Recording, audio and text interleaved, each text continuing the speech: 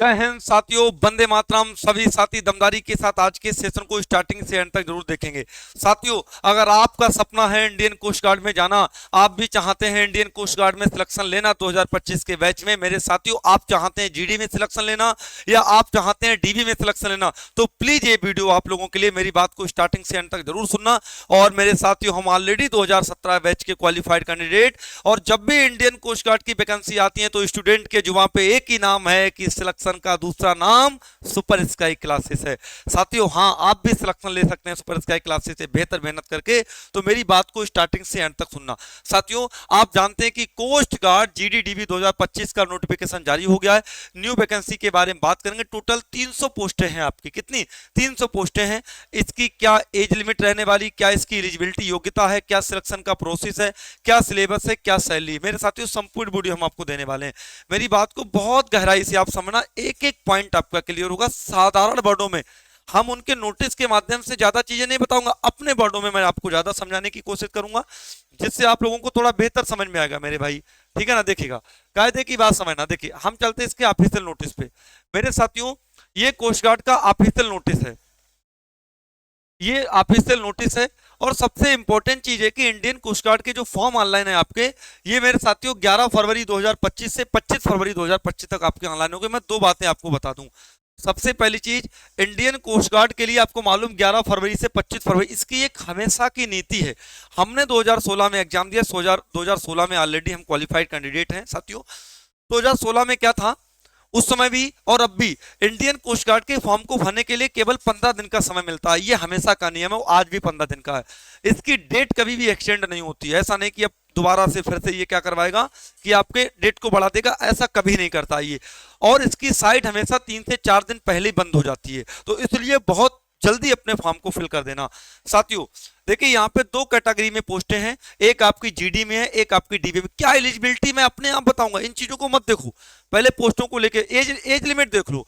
Minimum 18 year and maximum 22 year है। साथ ही साथ में एज रिलैक्सेशन भी है मेरे साथियों, 3 एंड 5 ईयर का इसमें रिलैक्सेशन भी दिया जाएगा। देखिए, ये जीडी की वैकेंसी है मेरे साथी। अगर हम जीडी की वैकेंसी की बात करें, आप देखो इसमें जोन वाइज भर्ती आपकी होती है। कौन से वाइज? जोन वाइज भर्ती होती है।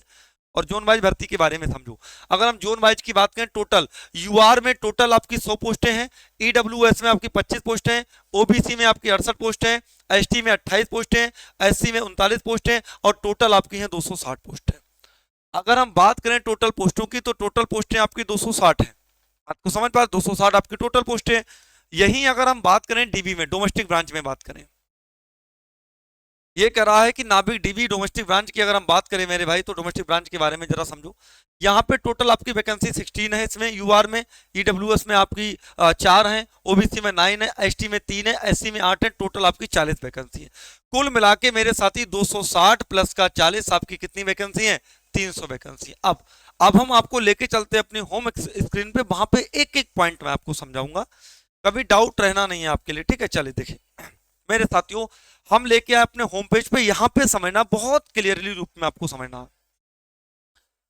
मेरे साथियों। अगर आप चाहते हैं कोस्ट गार्ड जीडी में, डीबी में फॉर्म को अप्लाई करना, डीबी में, मैं डीबी की बात करता हूं, डोमेस्टिक ब्रांच में, तो इसके लिए कंडीशन क्या है कि अगर आप डीबी में फॉर्म को अप्लाई करना चाहते हैं, तो डीबी में मेरे साथियों आप 10th पास आउट होने चाहिए। क्या पास आउट होने चाहिए?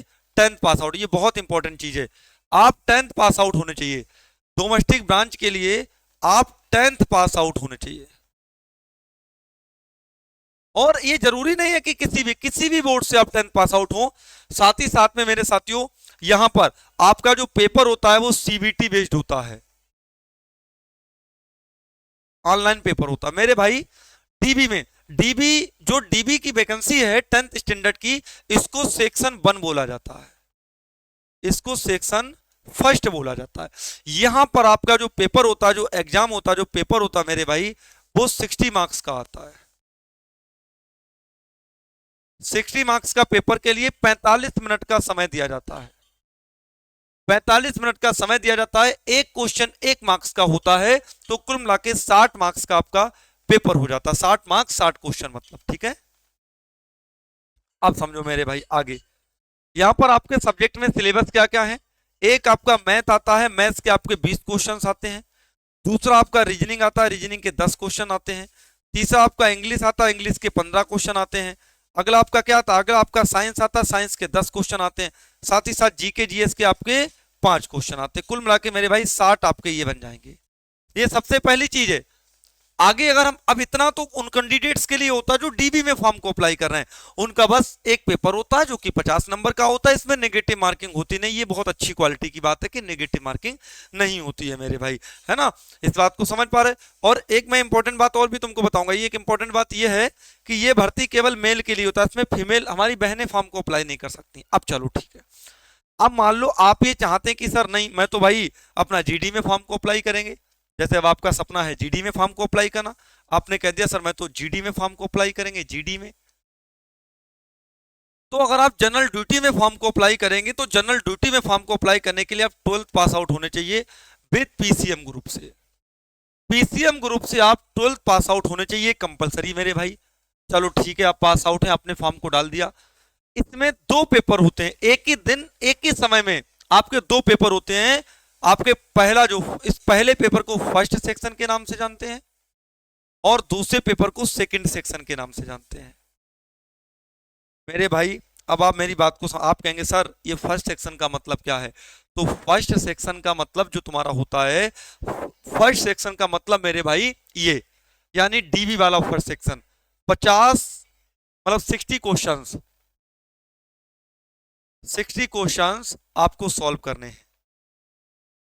यानी जो डीबी वाले एक देंगे वो पेपर आपको देना है। मतलब ये पेपर अगर आपने डीबी में डाला तब तो ये कंपलसरी है ही है। जब आप जीडी में डालेंगे तो पहली जो आपका पहला सेक्शन होगा उसमें 60 क्वेश्चंस आएंगे, 45 मिनट का टाइम दिया जाएगा, फिर आधे घंटे का गैप दिया जाएगा, तुरंत आपका सेकंड सेक्शन होगा और ये सेकंड सेक्शन में 50 क्वेश्चंस आएंगे। इनको सॉल्व करने के लिए 30 मिनट का समय दिया जाएगा। ये इंपॉर्टेंट चीज है। साथ ही साथ मेरे भाई जो आपके 60 क्वेश्चन 45 मिनट में आपके होंगे, 60 क्वेश्चन को सॉल्व करने के लिए 45 मिनट का समय दिया जाएगा। इसमें जो सिलेबस होगा वो आपका सेम यही सिलेबस होगा, यही सेम सेक्शन। लेकिन यहां पे बदलाव है, यहां पे आपके फिजिक्स आएगा 11th-12th का 25 क्वेश्चन, मैथ आपका 11th-12th का आएगा, ये भी आपके 25 क्वेश्चन आएंगे। तो कुल मिला के आपके 50 क्वेश्चन बन जाएंगे, पर क्वेश्चन 1 मार्क्स का है। तो अगर आप डीबी में फॉर्म को अप्लाई करेंगे तो यहां पर आपकी कट ऑफ 60 मार्क्स से बनेगी। अगर आप जीडी में फॉर्म को अप्लाई करेंगे तो यहां पर आपकी कट ऑफ 110 मार्क्स से बनेगी। इतनी बात क्लियर हो जाएगी मेरे भाई। आपका पेपर ऑनलाइन होता है, इसमें no negative marking, no negative marking, यानी नेगेटिव मार्किंग आपकी नहीं होती है। और जब आप एग्जाम देते हैं, पूरा जो एग्जाम आपका होता है इसको हम कहते हैं स्टेज 1, स्टेज फर्स्ट, इसको स्टेज फर्स्ट के नाम से जानते हैं। अब आप कहेंगे सर इसके बाद सेकंड स्टेज होती है। मेरे भाई सेकंड स्टेज में क्या होता है, सेकंड स्टेज में इसका फिजिकल होता है, फिजिकल प्लस मेडिकल।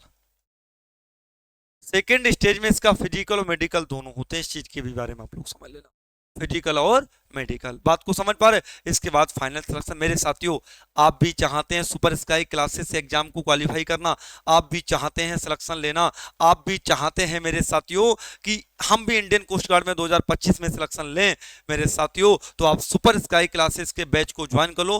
वीडियो के डिस्क्रिप्शन में आपको एक नंबर दिया, उस नंबर पे आप संपर्क करके मेरे साथियों अपने बैच को परचेज कर सकते हैं। सुपर स्काई क्लासेस पे योद्धा बैच चल रहा है, उस योद्धा बैच को आप ज्वाइन करें, अपने सिलेक्शन को सुरक्षित। उम्मीद करता हूं कि चीजें स्पष्ट होंगी, किसी प्रकार से कोई डाउट नहीं होगा। बाकी मिलते हैं मेरे साथियों लेटेस्ट अपडेट के साथ। तो जय हिंद, जय भारत।